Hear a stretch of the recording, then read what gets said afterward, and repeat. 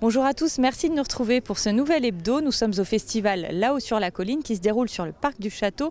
Je vous invite tout de suite à en parler, à faire un tour de ce festival utopiste, humaniste et familial.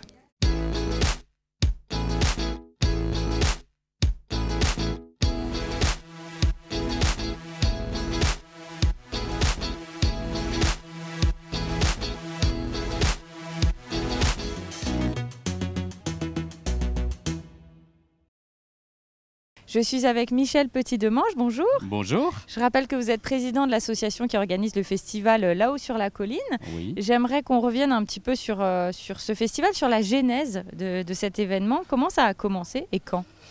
Alors, vous savez que je suis d'une génération qui vit dans la crise depuis très longtemps.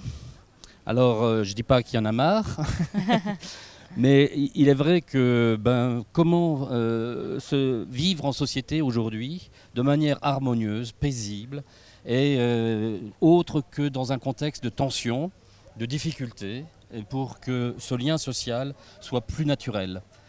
Donc, c'est vraiment un festival qui se veut humaniste, c'est vraiment les valeurs que vous mettez en avant. Voilà.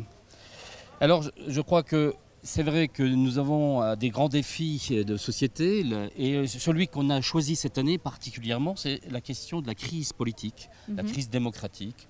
Qu'est-ce qui nous fait vivre ensemble sur le plan politique ? Comment on s'organise pour vivre ensemble sur un plan politique ? On le voit, les citoyens ont abandonné tout espoir que leur voix ait un poids. Il y a bien sûr des groupes qui se forment ici et là, mais c'est très dispersé.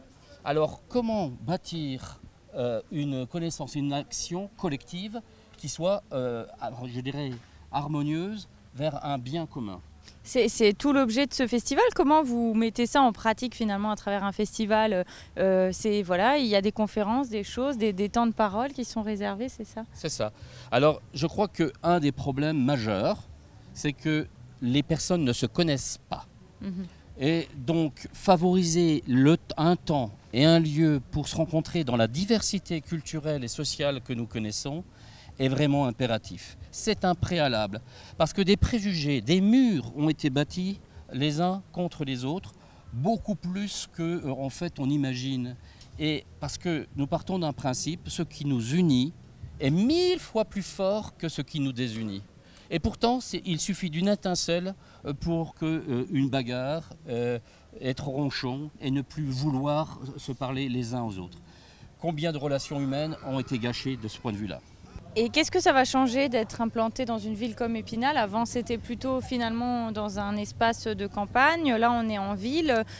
Ça va capter aussi un public peut-être différent ? Alors c'est ça, vous avez effectivement, c'est la deuxième raison, c'est que le milieu rural, pour nous est important et on reste quand même dans un esprit de milieu rural, comme vous le voyez, des arbres, de la prairie.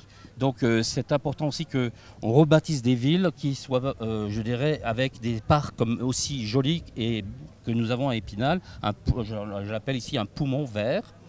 Et c'est vrai qu'en milieu semi-urbain, parce que finalement c'est un village Épinal, dans cet écrin de verdure, tout en nous situant au centre-ville, eh bien c'est dans la cité, dans le milieu, parce qu'il ne faut pas aller à contre-courant de notre vie, du quotidien, eh bien on peut avoir une dynamique plus élargie que nous pouvions l'avoir à Sion.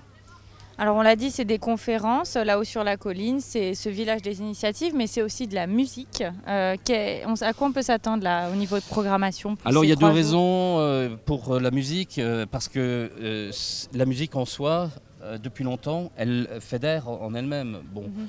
Elle réunit, et elle permet de dilater le cœur, l'esprit, ça détend et ça crée un esprit festif. Donc la musique, c'est important pour cela. La deuxième importance, c'est que les artistes, évidemment, ont tous, les uns et les autres, un message à nous transmettre. Alors plus ou moins, mais on essaie de choisir des artistes comme Sinsemilia, qui va venir donc demain soir. Samedi donc, qui va donc, c'est des adolescents, mais éternels. Oui, j'allais dire, mais ils sont plus tout à fait adolescents. Ils ont une foi, parce que c'est aussi ça que je crois qu'il faut qu'on redonne. Je vous ai parlé tout à l'heure de la crise, nous sommes en permanence dans cette crise. Je crois qu'il faut redonner quand même, arrêtons d'être des enfants gâtés. Enfin, c'est quelque chose, c'est énorme de la chance que nous avons de vivre en 2021 avec tout ce que nous avons. Donc dégageons cette vitalité et cette joie de vivre. C'est ça que nous voulons aussi donner. Donc voilà, c'est festif et c'est déjà en soi essentiel pour ce bien commun. Très bien, on a compris l'esprit. Merci beaucoup Michel Petit-Demange d'avoir répondu à nos questions. On fait tout de suite une première pause dans cette émission. On va faire un petit tour justement de ce festival et on se retrouve juste après. Où vas-tu demain? Question simple sur un thème en filigrane qui l'est moins, la crise démocratique de nos sociétés, en tout cas une question que l'on se posera jusqu'à dimanche soir au festival Là-haut sur la colline, un événement culturel et humaniste qui a posé ses tréteaux à Épinal. Les organisateurs depuis les premières éditions ont un leitmotiv, le vivre ensemble avec nos différences. C'est vrai que c'est dans la rencontre, dans le dialogue, dans une autre façon de voir l'autre que on se dit il y a des masques qui tombent et du coup ça ouvre un horizon, ça ouvre un demain. Où vas-tu demain? C'est aussi préparer l'avenir. Alors nous avons posé la question aux jeunes générations. Le vivre ensemble, est-ce une utopie? La preuve pour moi que c'est possible, c'est que même si le monde est un peu particulier, ça n'a pas implosé. Donc oui, j'ai de l'espoir. C'est une remise en question permanente.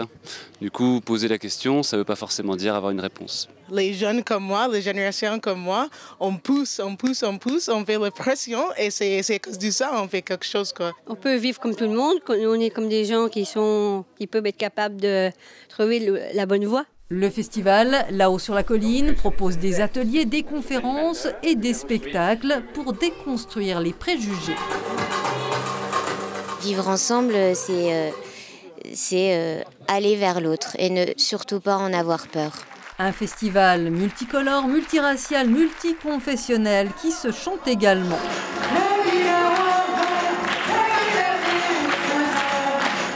Là-haut sur la colline veut aussi dépasser les frontières. Le festival a donc planté un cèdre du Liban, symbole du pays invité cette année. Le Liban où cohabitent 18 religions différentes, mais victime d'une grave crise politique aujourd'hui au bord du gouffre économique et qui demande l'aide fraternelle de la France. C'est un pays résistant et résilient. C'est pour cela que nous avons besoin de vous, autant que vous avez besoin de ce petit pays, mais tellement riche, tellement pluriel. Comme d'habitude provocateur, le chanteur humoriste Frédéric Fromet esquisse une autre idée, lui, pour sauver le Liban. J'aime beaucoup la nuance. Et là, je suis vraiment dans la provoque, dans la caricature. Mais c'est l'idée, oui, de dénoncer tous les gens qui se prennent au sérieux. C'est plus ça mon propos. Petit Papa Noël, mais en version rap. Autant vous dire qu'on va un petit peu s'éloigner de la poésie.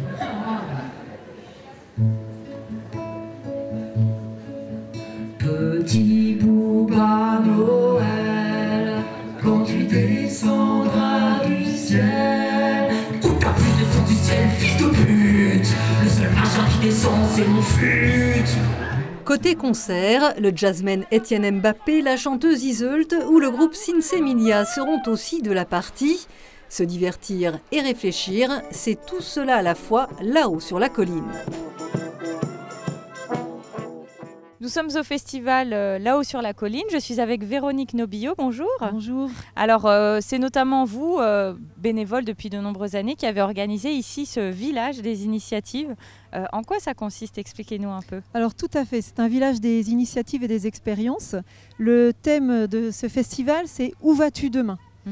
Et moi et mon collègue Noël Moujol, on s'est attaché plus particulièrement à poser cette question à de nombreuses associations, entreprises, artistes, artisans et différentes structures pour qu'ils viennent répondre à leur façon à cette question « Où vas-tu demain ?» Alors, qui on va pouvoir trouver ici, sans être exhaustif forcément? Voilà, parce qu'il y a quasiment une soixantaine de villageois et villageoises qui participent à ce village. Alors, on va trouver, par exemple, dans le domaine de l'agriculture, on va trouver les jardins en terrasse, on va trouver le GAB 88 qui va proposer une animation autour du pain. On va trouver au niveau de l'économie des entreprises d'économie sociale et solidaire qui, par exemple, dans le domaine de la chaussette ou dans le domaine du bois.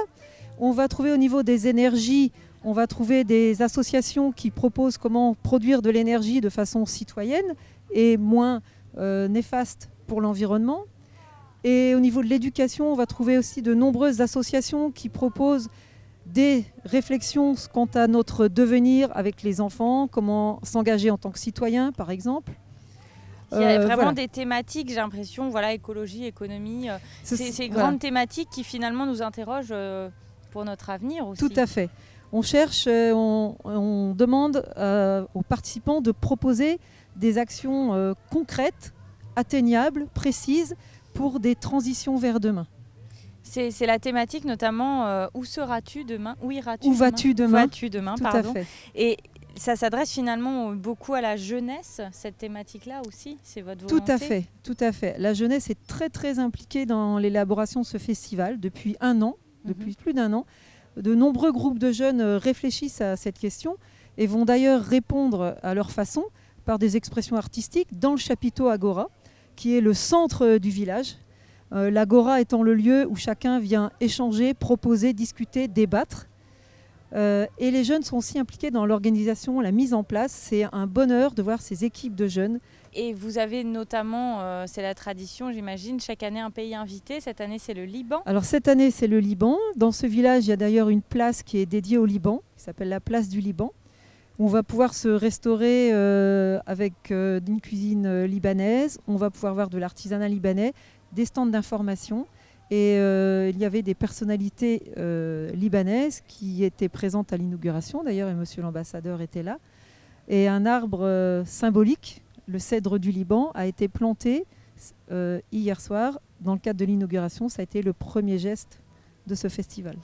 Vous avez choisi le Liban aussi parce que c'est un pays qui connaît de nombreuses problématiques économiques, sociales, politiques en ce moment. C'est important de faire la lumière là-dessus.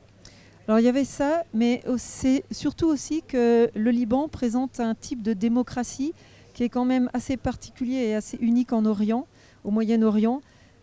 C'est un pays où quand même toutes les confessions ont été représentées, ont vécu ensemble.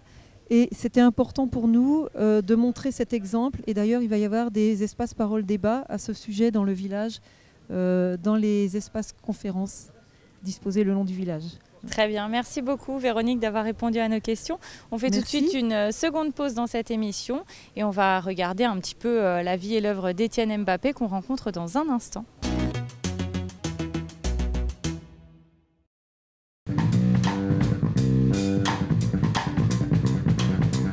Je vais vous donner une petite liste. On vous dit Ray Charles, on vous dit John McLaughlin, on vous dit Salif Keïta pour l'Afrique, ainsi que Manu Dibango. Pour la France, on vous dit Jacques Higelin, Michel Jonas, et on vous dit que ce musicien-là va venir à Épinal. Donc, moi, je suis aux anges.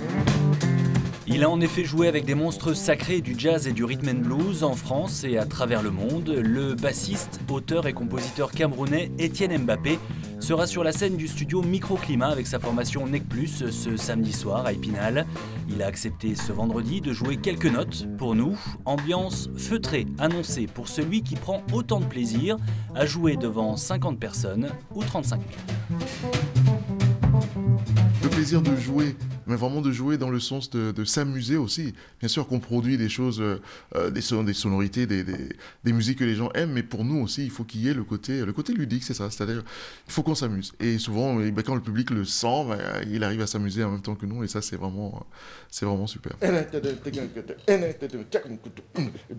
Cette notion du jeu au sens enfantin du terme, Étienne Mbappé ne l'a jamais perdu de vue, et quelle que soit la formation sur scène, à 3 avec la formation Nec Plus ou à beaucoup plus avec ses musiciens les prophètes, le plaisir est le même et pour le coup ça arrangeait bien l'association Omar qui l'a fait venir dans les Vosges.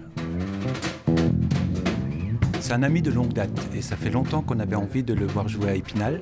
Et puis avec son nouveau groupe Nec Plus, son trio, c'est possible parce qu'avec le groupe, ils sont 9 avec le sonorisateur. C'était un peu compliqué pour trouver une salle à Épinal. Toujours ce même plaisir, toujours ce même amour du métier, ce même amour du côté ludique toujours. Et d'aller jouer partout et de rencontrer tous ces gens, que ce soit ici à Épinal, que ce soit à Bombay dans quelques jours, ou en Afrique encore dans quelques semaines. Et voilà, c'est un voyage. Moi, personnellement, évidemment, j'ai mon histoire. Je suis né en Afrique, j'ai grandi là-bas. Après, je suis arrivé en France, où je suis établi depuis plus d'une quarantaine d'années maintenant. Mais les voyages m'ont formé aussi. Ils ont été, on dirait que les voyages forment la jeunesse, mais c'est toujours un plaisir d'aller rechercher un peu ailleurs aussi pour s'enrichir soi-même. Voilà, ça peut aider. Et si vous souhaitez vous aussi participer au voyage, rendez-vous donc avec Étienne Mbappé et Nec Plus samedi soir à 20h au studio Microclimat à Épinal. Nous sommes avec Étienne Mbappé, bonjour. Bonjour. Alors vous êtes musicien, vous êtes bassiste. On vient de voir un reportage, on voit un petit peu votre vie, votre œuvre. Hein. Finalement, vous avez une carrière très très impressionnante. Bah écoutez, merci. Merci. Vous avez joué avec des pointures aussi. Hein. Oui, ouais. c'est sûr, c'est une carrière qui est surtout, en mon jeune âge, qui est un peu longue, on va dire. Voilà, c'est quoi, c'est plus de 35 ans de carrière maintenant, et toujours à découvrir des paysages, à découvrir des gens, à aller vers des couleurs, des saveurs, des odeurs, et voilà, et faire de la musique, voilà, c'est surtout ça.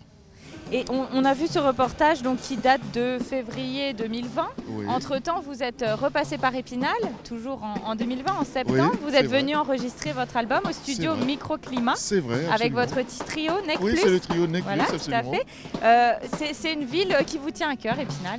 Oui, c'est une ville où j'ai des attaches un peu. Je connais pas mal de gens. J'ai des personnes chères qui sont vraiment d'ici.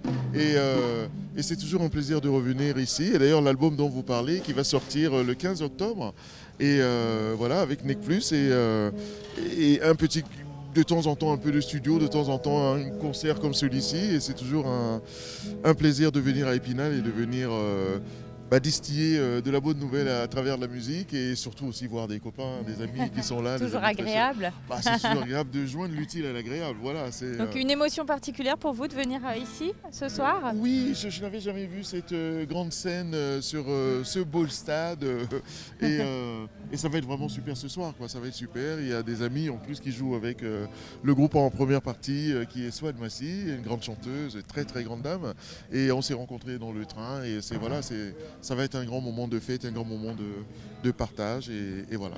C'est un festival qui se veut humaniste, citoyen, rassembler un petit peu tout le monde. Vous qui avez beaucoup voyagé, est-ce que ça a une résonance particulière pour vous? Ah, complètement, oui, complètement. Parce que justement, je pense que quand on fait de la musique et quand on voyage, comme vous l'avez dit, on rencontre des gens. C'est ce que je disais tout à l'heure. On sent des odeurs, on goûte des saveurs, on voit des couleurs nouvelles parfois qu'il n'y a pas chez nous quand on va loin, loin, loin, loin à l'étranger. Et c'est toujours un plaisir d'aller voir les gens et d'apprendre à les connaître petit à petit au fur et à mesure des voyages, voir comment ils vivent, parler avec eux, toucher le pouls du pays, des gens, et voir les conditions de vie, comment ils sont ici, est-ce qu'ils sont heureux, et pas forcément pour faire un comparatif avec notre vie à nous, mais on apprend toujours à travers les voyages. On apprend énormément, et moi je pense que c'est le plus beau cadeau que la musique me fait, c'est de me faire voyager tout. Même dans notre belle France, c'est toujours un plaisir immense de visiter les régions et de rencontrer des gens. On est dans une thématique sur ce festival, où vas-tu demain? Qu'est-ce que ça vous évoque, vous? C'est finalement une problématique aujourd'hui qui nous trotte tous un peu dans la tête? Oui, c'est sûr. Enfin, je veux dire, la période, celle que nous venons de traverser et qui, j'espère, bientôt va être derrière nous, elle a interrogé un peu tout le monde. Elle a interrogé chacun d'entre nous parce qu'on ne savait pas bien, et aujourd'hui, nous avons encore des incertitudes par rapport à l'évolution de cette maladie, par rapport à plein de choses. Bon, voilà, il faut garder confiance, et moi, où je vais demain... C'était ma question. Vous. Oui, absolument. Pour moi, ça n'a pas grande importance parce que je viens des musiques improvisées. J'adore improviser. J'adore ne pas savoir ce que je fais demain et trouver sur le tard ce que je vais faire demain. C'est-à-dire que demain, je vais croiser quelqu'un qui va peut-être m'amener quelque part. Et quelque chose qui n'était pas forcément prévu et qui donne une saveur particulière à la rencontre, au voyage. Et voilà, je suis un musicien de jazz aussi, donc l'improvisation ne me fait pas peur. Et j'aime découvrir, j'aime qu'on me fasse découvrir, j'aime apprendre, j'aime déguster, je suis un épicurien, voilà, c'est tout ça. Si on se projette un peu moins loin, où est-ce qu'on peut vous retrouver dans les prochains temps pour des concerts? Pour des concerts à Paris. À Paris, parce que je vous l'ai dit, il y a le disque de Nec Plus qui sort le 15 octobre, donc nous sommes en pleine préparation, c'est-à-dire que nous allons faire pas mal de promos, des émissions de radio, des émissions de télé, des émissions avec des journaux écrits et tout ça. Et pour préparer la sortie du disque, donc, qui a lieu le 15 octobre, et il y a déjà des concerts que vous pouvez voir sur le site de NEC+, ou sur mon site à moi, etiennembappé.com, et des concerts qui sont annoncés dans Paris, en France, et même de l'étranger. Enfin, il y a des choses qui sont prévues, même à l'île de la Réunion, au mois d'avril prochain. Continuer sur la lignée du voyage. Voilà, exactement. C'est ça, la musique, c'est ça aussi. C'est-à-dire que quand nous travaillons nos morceaux, nous préparons tout ça, nous répétons ou nous enregistrons, à un moment donné, elle ne nous appartient plus. Elle s'envole et va à la rencontre des gens, et ces gens-là nous invitent. Donc voilà, c'est un pont extraordinaire qu'est la musique pour cela. Très bien. Merci beaucoup Etienne Mbappé d'avoir répondu à nos questions. Merci On regarde beaucoup tout de suite les infos de la semaine.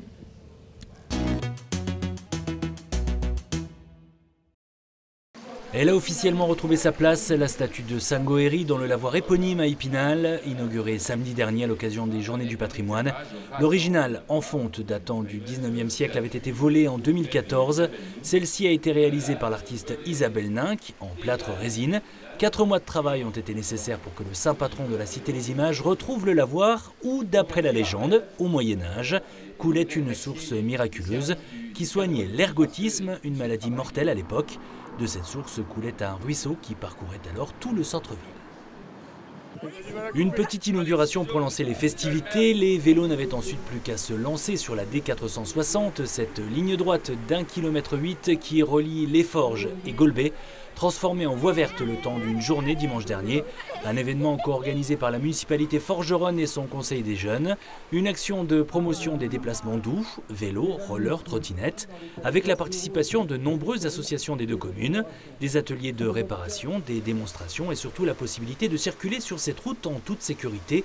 Un projet de piste cyclable est d'ailleurs ici à l'étude. Des dessins futuristes d'enfants du centre social de Bitol à Chambauvert et de l'accueil périscolaire de la Loge Blanche, des morceaux des immeubles déjà détruits, des photos du quartier avant sa réhabilitation, divers autres objets et témoignages. Tout cela a pris place dans cette capsule temporelle, enfouie samedi dernier. Une action très symbolique initiée par l'office public Épinal Habitat et la ville dans ce secteur spinalien, en pleine mue, dans le cadre du nouveau programme de rénovation urbain, dont tous espèrent que les effets bénéfiques seront encore visibles dans 50 ans.